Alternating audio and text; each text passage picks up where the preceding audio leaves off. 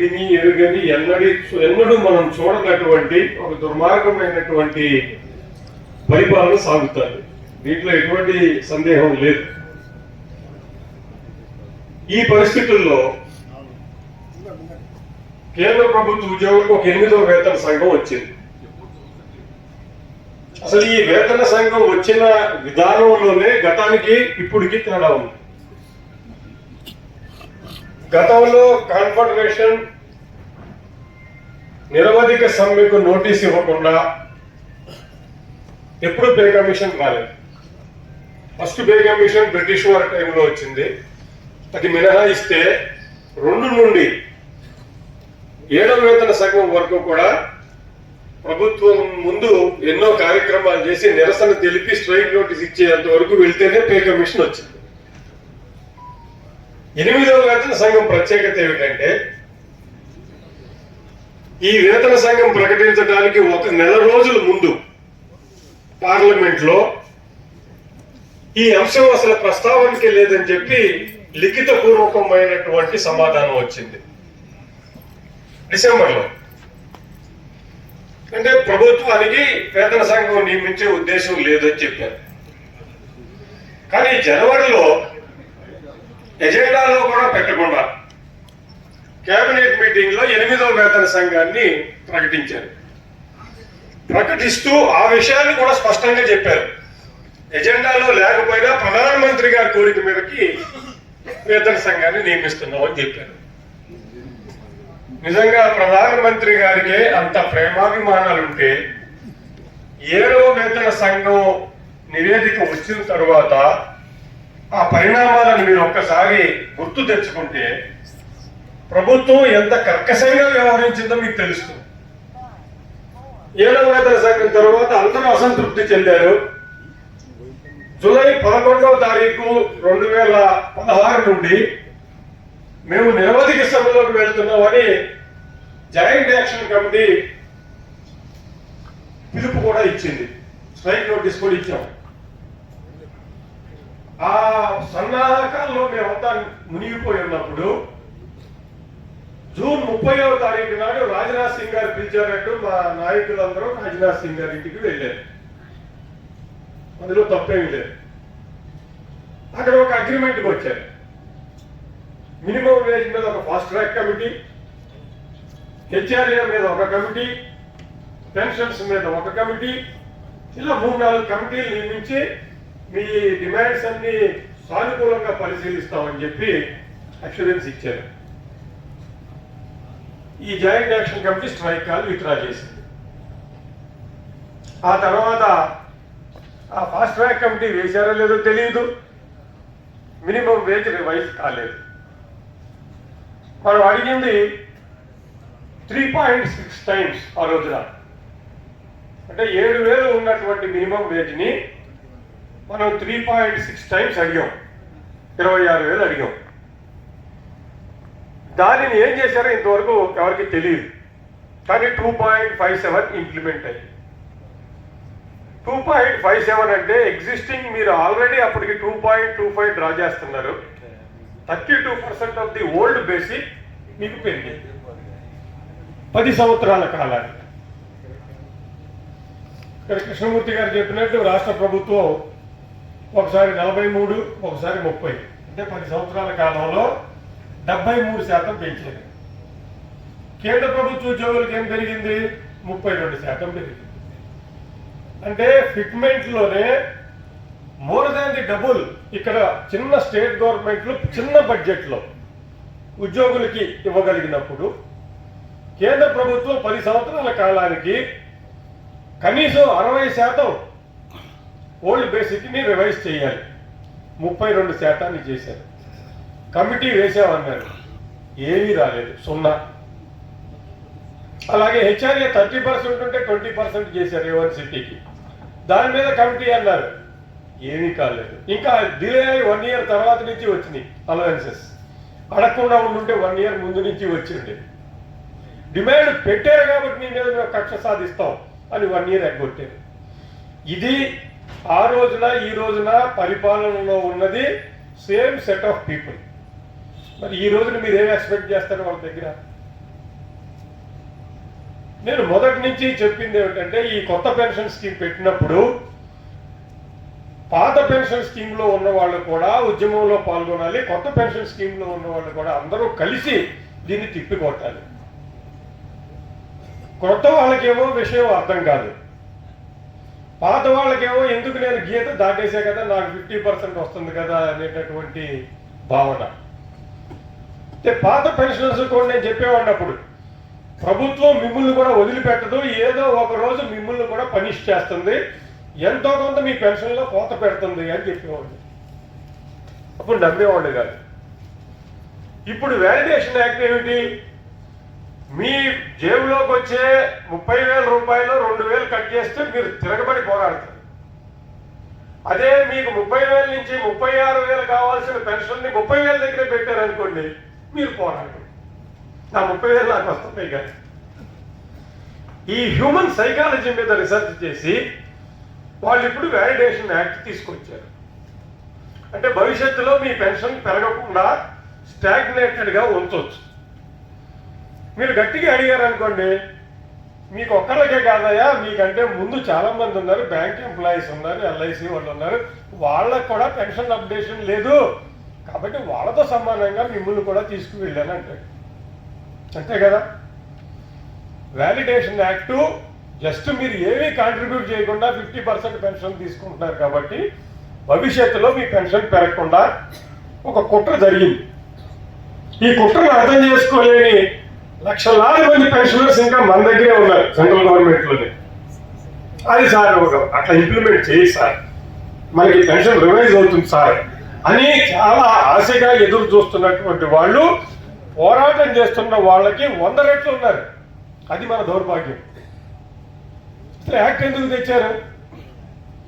ఇన్ని రోజులు నువ్వు కత్తి వరలో నుంచి తీయకూడదు అని ఒక ఆర్డర్ ఉంది.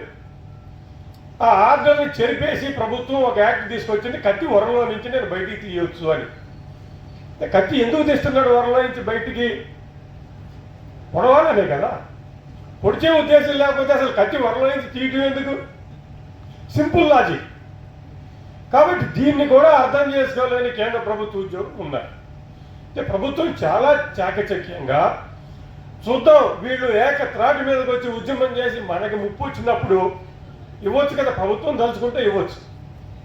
ఆ పరిస్థితి రాదు, ఎగ్గొడదాం వీళ్ళకి అనేటటువంటి దురుద్దేశం చాలా స్పష్టంగా కనిపిస్తుంది వ్యాలిడేషన్ యాక్ట్లో. దాన్ని వెనక్కి తీసుకోమని రద్దు చేయమని అడుగుతున్నాం.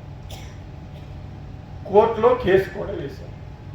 ఆ కోర్టులో అఫిడవిట్ సబ్మిట్ చేస్తుంటే ఒక్క విషయంలో కూడా పెన్షనర్స్కి అనుకూలమైనటువంటి ఆర్గ్యుమెంట్ లేదు ప్రభుత్వం తరఫున. ఎస్, మాకు అధికారం ఉంది, పెన్షనర్స్ని కేటగరైజ్ చేస్తాం, డేట్ వైజ్ డేట్ ఆఫ్ రిటైర్మెంట్ని బట్టి వాళ్ళకి పెన్షన్ ఇచ్చే అధికారం మాకుంది అని అఫిడవిట్లు చెప్తున్నారు. అఫిడవిట్లో ఆ మాట చెప్పిన తర్వాత రేపు మీకు అప్డేషన్ జరుగుతుందా? ఒక విషయం. రెండోది, అసలు 1/1/2026 నుంచి సర్వింగ్ ఎంప్లాయీస్ కూడా పే కమిషన్ ఇస్తారా? అది కూడా క్లియర్గా లేదు. ఇప్పుడు మన డిమాండ్స్లో అది కూడా ఒకటి.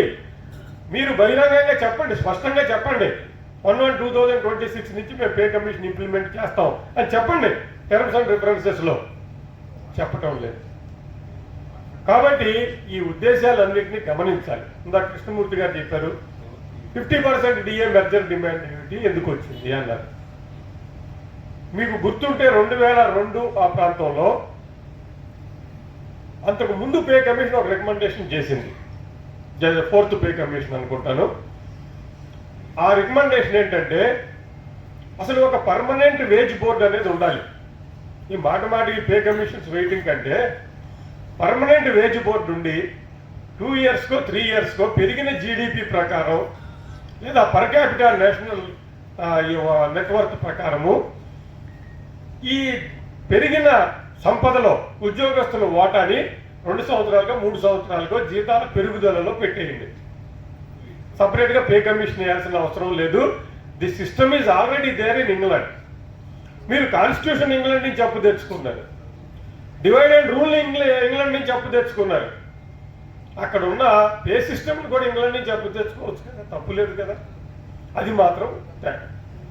ఈ పర్మనెంట్ వేజ్ బోర్డు లేదు కాబట్టి పే కమిషన్ రికమెండేషన్ ఏంటంటే the poor central government employees are entitled for pay revision at least once in 5 years.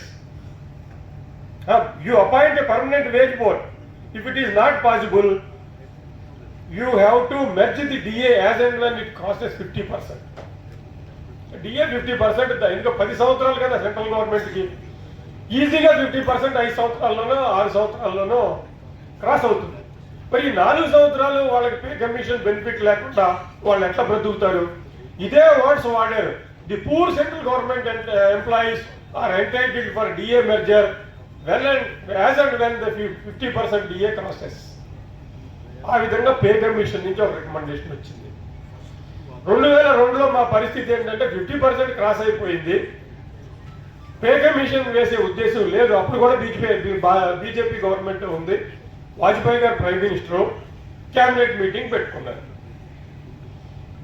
Pay commission వేయాలా వద్దా, డిఏ మెర్జర్ ఇవ్వాలా వద్దా, ఈ అంశాలలో అప్పుడు క్యాబినెట్ ఏం డిసైడ్ చేసిందంటే డిఏ మెర్జర్ ఇద్దాం, పే కమిషన్ ని ఇవ్వని క్లియర్గా చెప్పేద్దాం. వాళ్ళు చెప్పేశారు పే కమిషన్ వేసే ఉద్దేశం లేదు, 50% డిఏ మెర్జర్ ఇస్తున్నాం. 2003లోనే ఎప్పుడో మొత్తానికి డిఏ మెర్జర్ వచ్చింది. 2004లో ఆ గవర్నమెంట్ ఓడిపోయింది. తర్వాత వచ్చినటువంటి యూపీఏ గవర్నమెంట్లో మళ్ళీ మనం డిమాండ్ పెడితే వాళ్ళు పే కమిషన్ వేశారు. ఆ విధంగా 50% డిఏ క్రాస్ అయ్యి పే కమిషన్ వేయకపోతే డిఏ మెర్జర్ ఒక్కటే ప్రభుత్వ ఉద్యోగులకి ఊరట కలిగించే విషయం అని పే కమిషన్ చెప్పింది. ఆ విధంగా నెక్స్ట్ పే కమిషన్కి ఏమైంది, డిఏ మెర్జర్ ఎగ్గొట్టారు. ఇక అప్పటి నుంచి డిఏ మెర్జర్ రాలా, ఓన్లీ వన్ టైమే వచ్చింది. సో ఇవాళ మనం ఏం అడుగుతున్నాం అంటే ఇవాళ డిఏ మెర్జర్ ఎందుకు అడుగుతున్నాం? చాలా యాంగిల్స్ ఉన్నాయి దీనికి. ఇవాళ వ్యాలిడేషన్ యాక్ట్ తీసుకొచ్చారు. అది పాత పెన్షనర్స్కి అప్లై చేస్తారా చేయరా తెలుసుకోవాలంటే ఏం చేయాలి మనం? You implement DA merger. Serving ఎంప్లాయీస్కి డిఏ మెర్జర్ ఇంప్లిమెంట్ చేసినప్పుడు నువ్వు పెన్షనర్స్కి చేస్తావా లేదా తెలిసిపోతుంది. నువ్వు పెన్షనర్స్ చేయలేదనుకో అప్పుడు వీళ్ళకి వ్యాలిడేషన్ యాక్ట్ అప్లై చేయడానికి మేము సిద్ధంగా ఉన్నామనే విషయం కూడా క్లియర్గా తెలుస్తుంది. ఇది ఒక ఉపయోగం. 2, మీరు పే కమిషన్ వేశారు. ఈ రిపోర్ట్ ఎప్పుడు వస్తుంది? 27 డిసెంబర్ ఆ ప్రాంతానికి కానీ సెటిల్ కాదు. ఆ రిపోర్ట్ ఇచ్చి ప్రభుత్వం చూసి అన్ని చేసేసరికి అంటే 1 జనవరి 2028కి ఈ పే స్కేల్స్ అమలయ్యేటటువంటి అవకాశం ఉంది. చేస్తారని నేను చెప్పట్లేదు. ఈ 2 సంవత్సరాలు మేమేం చేయాలి? 1/1/2006 నుంచి మేము ఎలిజిబుల్ అని క్యాబినెట్ మీటింగ్ తర్వాత ఆ కేంద్ర మంత్రి వైష్ణవ్ గారు చెప్పారు. మరి 26 నుంచి 28 అంటే 2 ఇయర్స్ మేము ఎందుకు నష్టపోవాలి? అందుకని ఈ 50% డిఏ మెర్జర్ ఇంప్లిమెంట్ చేయండి, 20% ఇంటర్మ్ రిలీఫ్ కింద ఇమ్మంటున్నాం. నీకు నష్టం ఏంటి? ఇంటర్మ్ రిలీఫ్ అంటే ఏంటి? నువ్వు ఇవ్వబోయే అడ్వాన్స్లో నుంచి కొంత, ఇవ్వబోయే వేతన పెరుగుదల నుంచి 20% అడ్వాన్స్ ఇమ్మంటున్నాం. ఇవాళ మీరు ఒక మేస్త్రిని మాట్లాడితే పని మొదలు పెట్టకుండానే అడ్వాన్స్ అడుగుతున్నాడా? ఒక కాంట్రాక్టర్కి ఇస్తే వాడు ఏం చేస్తాడు? ఫస్ట్ మొబిలైజేషన్ అడ్వాన్స్ ఇమ్మంటున్నాడా? దశాబ్దాల తరబడి ప్రభుత్వానికి సర్వీస్ చేస్తున్నటువంటి ఉద్యోగికి నీకు జీతం పెంచుతానని పే కమిషన్ వేసినప్పుడు అది డిలే అవుతున్నప్పుడు కొంత అడ్వాన్స్ ఇమ్మని అడిగితే ఏమైనా తప్పు ఉందా? కానీ నువ్వు ఎందుకు కన్సిడర్ చేయట్లేదు? ఈ 20% ఇంటర్మ్ రిలీఫ్ ఇస్తే ఉద్యోగస్తులకు ఇచ్చినప్పుడు పెన్షనర్స్ కూడా ఇవ్వాల్సి ఉంటుంది. అప్పుడు తెలుస్తుంది వీళ్ళకి వ్యాలిడేషన్ యాక్ట్ ఇంప్లిమెంట్ చేస్తారా చేయరా అని. కాబట్టి ఇన్ని రకాలైనటువంటి కారణాలు ఉన్నాయి కాబట్టి మనం 50% డిఏ మెర్జర్ కానీ 20% ఇంటర్మ్ రిలీఫ్ కానీ అడుగుతున్నాం. చాలా శాస్త్రీయమైనటువంటి డిమాండ్ అది. 18 నెలల డిఏ నువ్వు మాకు ఎందుకు ఇవ్వటం లేదో జవాబు చెప్పాలి. మన్మోహన్ సింగ్ ఉన్నప్పుడు ఏమనేవారు మోడీ గారు? మౌన్ సింగ్ నికమ్మ అంటే పనికిరాని వాడు, మాట్లాడలేని వాడు అని మౌన్ సింగ్. మరి ఇవాళ మీరు పార్లమెంట్లో మాట్లాడండి సార్ మోడీ గారు, మాట్లాడండి పార్లమెంట్లో. ఉద్యోగస్తుల పట్ల మీకు అమితమైనటువంటి ప్రేమ ఉందని మీ తాబేదారుల చేత స్టేట్మెంట్ ఇప్పిస్తున్నారు కదా, మాకు ఏమిస్తారో పార్లమెంట్లో ఒక ముక్క చెప్పండి. ఈ 35 నెలల ఈ ఎరియర్స్ 35,000 కోట్లు 18 నెలల డిఏ. కోర్టు చెప్పింది DA is part of the salary అని. అంటే నా శరీరాన్ని ముక్కలు చేసి ఒక ముక్క నుంచి ఇంకో ముక్క నాకు దూరం చేస్తాను. ఆ భీముడు జరాసంధుడి శరీరం చీల్చి ఇటొక ముక్క అటొక ముక్క పడేసినట్టు. తప్పు కదా. పార్ట్ ఆఫ్ ది శాలరీ అన్నప్పుడు డిఏ ఏరియర్స్ మాకు ఇవ్వాలి, కానీ నేను ఇవ్వలేనని చెబుతున్నాను. ఇంకో పక్క పార్లమెంట్ నుంచి బయటికి రాగానే ఏం చెబుతున్నారు, భారతదేశం జెట్ స్పీడ్ లో ఆర్థికంగా ముందుకు వెళ్ళిపోతుంది, 4th లార్జెస్ట్ ఎకానమీ అయింది, $4 ట్రిలియన్ దాటేసామని చెప్తున్నారు. దాంట్లో నాకు $1 ట్రిలియన్ ఇవ్వబోయా మొత్తం ఉద్యోగస్తులందరికీ, పెన్షనర్స్ కలిపి. సంపద ఏమో పెరుగుతోందని చెబుతావు, దేశం ఏమో అభివృద్ధి చెందుతుందని చెబుతావు, డిఏ మాత్రమే ఇవ్వనని చెబుతావు. డిఏ ఇవ్వకపోవటం అనేది వెనుకబాటుతనానికి కారణం. కాబట్టి ఈ విచిత్రమైనటువంటి ఆర్గ్యుమెంట్స్ పెట్టినటువంటి వర్గాలు ఈరోజు ప్రభుత్వంలో ఉండి మన దురదృష్టవశాత్తు, ఎందుకంటే మనం చాలా నీట్గా చెబుతున్నాం. మన మెమరాండం కూడా మీరు చదివి ఉంటారు, జేసీఎం ఇచ్చిన మెమరాండం పే కమిషన్కి. స్పూన్ ఫీడింగ్ లాగా చెప్పాం. ఎందుకు జీతాలు పెంచాలి, ఏ మేరకు పెంచాలి, అసలు పెంచితే నీకు ఇవ్వగలిగే శక్తి ఉందా లేదా, అది కూడా మేమే చెప్పాం. ఈ 10 సంవత్సరాల కాలంలో 12 లక్షలు రెవెన్యూ ఉన్నప్పుడు గవర్నమెంట్ 2014లో ఇవాళ 38 లక్షలు రెవెన్యూ ఉంది, డబ్బులు కూడా ఉన్నాయి. ఇవన్నీ కూడా చెప్పి మెమరాండం ఇచ్చాం. కానీ దురదృష్టవశాత్తు ఎట్టివాడి ముందు మీరు కవిత్వం చెబితే ఏమవుతుంది వాడికి అర్థం కాదు. అర్థమైనా చెవిటి వాళ్ళగా నటిస్తాడు. కాబట్టి ఈ రోజున మన దౌర్భాగ్యం ఏనండి, ఏదన్నా ఏనండి, మనం చెబుతున్నాం కరెక్ట్గా వినేవాళ్ళు లేడు, విన్నా అర్థం చేసుకునేవాళ్ళు లేడు. అర్థం చేసుకున్నా కార్పొరేట్స్ వాళ్ళని ఒక తలకాయ మీద కొట్టి డోర్ మూసుకుని కూర్చో అనే పరిస్థితి దేశంలో వాళ్ళు శాసిస్తున్నారు మనల్ని పరిపాలించే వాళ్ళని. వాళ్ళు ఏదో బలవంతులని మనం అనుకుంటున్నాం మనల్ని పరిపాలించేవాళ్ళు. వాళ్ళందరూ కూడా కేవలం కీలు బొమ్మలు. నర్తనశాలలో కీచుడు అన్నాడు, ఈ రాజును అడుక్కుంటానండి ద్రౌపది, వీడు నా చేతిలో ఒక మట్టి బొమ్మ, నా దగ్గరికి రా అంటాడు. అట్లా మనం ఏదో మనల్ని పరిపాలించేవాడు బలవంతులు డిఏ 50% అని అడుగుతున్నాం. వాడు అక్కడ పైన కీచుడు లాంటి కార్పొరేట్స్ కూర్చుని గౌరవ మూసుకుని కూర్చోడి పైసా ఇవ్వకండి అని చెబుతున్నారు. ఇది దేశంలో ఈ రోజున ఉన్నటువంటి పరిస్థితి. కాబట్టి మనం ఒకటి ఏమండి అదే అంటే ఇప్పుడు చాలా మంది ఉంటారు, కొంతమంది మంచి పరిస్థితి అనుకునే వాళ్ళు కూడా ఉంటారు. అందుకని దౌర్భాగ్య పరిస్థితి అనేది ముందే చెప్పేశాను నేను. కాబట్టి ఈ పరిస్థితి నుంచి మనం ఎలా బయటపడాలి? కేవలం ట్రేడ్ యూనియన్ పరంగా పోరాటం చేసి బయటకు పడగలవా చెప్పండి? బయటపడలేదు. ఎందుకంటే మనం ఓట్లేసి గెలిపిస్తే మన శక్తి తీసుకుని మనల్ని పరిపాలిస్తాం.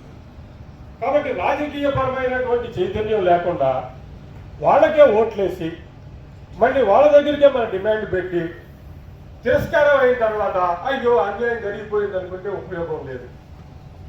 గడ్డి గాడిద చేస్తున్నాడు రోజు, వెళ్ళి ఆవు దగ్గరికి వెళ్ళి పాలు పిసుకుతామంటే ఆవు పాలు ఇవ్వట్లేదు. వాడికి అర్థం కావట్లా, ఆ గాడిద ఏపుగా పెరుగుతుంది, ఆవు పాలు ఇవ్వట్లేదు. నువ్వు గడ్డి గాడిదకి వేస్తే ఆవు పాలు ఎక్కిస్తుంది, గడ్డి ఆవు చేయాలి కదా. అందుకే ఓటు కూడా మంచికి ఆవుకి వేయండి, పాలిస్తుంది. మరి మన ఫ్యామిలీ మెంబర్స్కే మనం ఎడ్యుకేట్ చేయకపోతే వాళ్ళు పోయి వాళ్ళకే ఓట్లేసి గెలిపిస్తుంటే ఇంకా మన డిమాండ్స్ ఎక్కడి నుంచి పరిష్కారం అవుతాయి? మనం పోరాటం చేస్తున్నాం. కాబట్టి రాజకీయపరమైనటువంటి చైతన్యాన్ని మనం సంపాదించుకోవడమే కాకుండా మన చుట్టుపక్కల వాళ్ళకి ఫ్యామిలీ మెంబర్స్ కూడా తెలియజెప్పాలి. తెలియజెప్పకపోతే వాళ్ళ యూత్ని ఎవరిని కదిలించినా కానీ క్రాస్ బార్డర్ టెర్రరిజము, టెర్రరిస్టులు, చైనా, పాకిస్తాన్ ఇవి మాట్లాడుతున్నారు. కానీ వాడు 12 గంటలు పనిచేసి 15,000 జీతం తీసుకుంటా దాని గురించి డిస్కస్ చేయట్లా. సో జీవితాల గురించి డిస్కస్ చేయండి. చాలా టైం తీసుకున్న స్పీకర్స్ ఉన్నారు అధ్యక్షులు గారు, ఎందుకంటే ఇట్లా మాట్లాడుతుంటే అధ్యక్షుల వారి బీపీ పెరుగుతుంటుంది. నాకు తెలుసు, నేను కూడా అధ్యక్ష స్థానంలో ఉన్నా కొన్ని మీటింగ్స్. అందుకని ఈ విషయాలన్నింటినీ అర్థం చేసుకుని మనం కనుక పెన్షనర్స్ ఇవాళ సర్వింగ్ ఎంప్లాయీస్ కంటే కూడా శక్తిమంతులు. వాళ్ళు 20 మందికి చెప్పగలరు. సర్వింగ్ ఎంప్లాయీ ఎవడో 2 కూడా చెప్పట్లా, భయం ఏమవుతుందో. కాబట్టి పెన్షనర్స్ నిర్భయంగా ప్రచారం చేయండి, రాజకీయంగా మార్పు తీసుకురండి. పార్టీల వైపు చెప్పట్లా నేను. మనకి సింపథెటిక్ గా ఉండి మనల్ని అర్థం చేసుకుని మన డిమాండ్స్ పరిష్కరించేటటువంటి వారికి అధికారం కట్టబెట్టండి. అప్పుడు చాలా తేలిగ్గా మీ డిమాండ్స్ పరిష్కారం అవుతుంది. వాళ్ళు చేయకపోతే వాళ్ళనే గల్లబట్టుకుని నిలదీద్దాం. ఎవడు పరిపాలిస్తున్నాడు అనేది కాదు సమస్య, ఎలా పరిపాలిస్తున్నాడు అనేది సమస్య. ఇది అర్థం చేసుకుని మనం ముందుకు సాగాలి. పెన్షనర్స్ ఐక్యంగా రావాలి. ఇప్పటికే శ్రీధర్ గారు చెప్పారు, ఒక 26 ఆర్గనైజేషన్స్ చూశాను నేను ఎన్సీసీపీఏలో. నాన్ ఎన్సీసీపీ ఆర్గనైజేషన్స్ కూడా ఇవాళ మనతో వస్తున్నాయి. ఎందుకు వస్తున్నాయి అంటే పరిస్థితులు అలా ఎంకరేజ్ చేస్తున్నాయి. కాబట్టి తప్పకుండా భవిష్యత్తులో విజయం మనదే. ఒక్కొక్క పైసా మనం వదిలిపెట్టకుండా వసూలు చేద్దాం. ఎందుకంటే అవి మన డబ్బులు. అందుకని అందరినీ నేను చెప్పిన మాటలు చాలా ఇంట్రెస్టింగ్గా విన్నందుకు, అటెంటివ్గా విన్నందుకు ధన్యవాదాలు తెలియజేసుకుంటూ, అధ్యక్ష వర్గానికి కూడా ధన్యవాదాలు తెలియజేసుకుంటూ సెలవు తీసుకుంటాం. Thank you. నాగేశ్వర గారు.